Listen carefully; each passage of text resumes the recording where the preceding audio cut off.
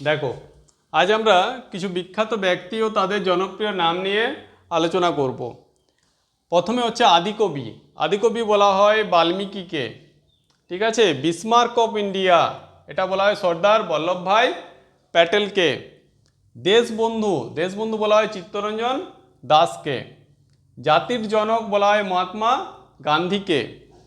তারপর দেখো এশিয়ার আলো, এশিয়ার আলো বলা হয় ভগবান বুদ্ধকে।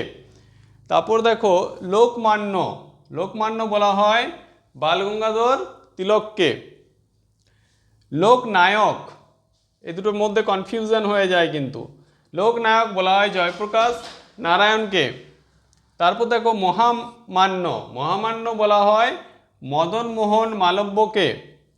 তারপর আসি man of destiny, man of destiny বলা হয় নেপোলিয়ান বোনাপার্টকে। কেন বলা হয় তোমরা জানো? নেপোলিয়ান বোনাপার্ট সাধারণ একজন সৈনিক থেকে ফ্রান্সের প্রধানে পরিণত হয়েছিল। লৌহমানব, লৌহমানব থেকে লৌহমানব বলা হয় সর্দার বল্লভভাই প্যাটেলকে। দেখো ভারতের নাইটিঙ্গেল বলা হয় সরোজিনী নাইডুকে। পাঞ্জাব কেসরি বলা হয় লালা রাজপথ রায়কে। পাউলি এক্সপ্রেস বলা হয় পিটি উষাকে।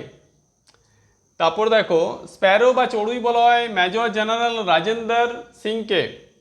আচার্য বলা হয় বিনোবা ভাবেকে। দেশপ্রিয় বলা হয় যতীন্দ্রমোহন সেনগুপ্তকে। তারপরে আছে কাশ্মীরের আকবর বলা হয় জয়নাল আবেদিনকে।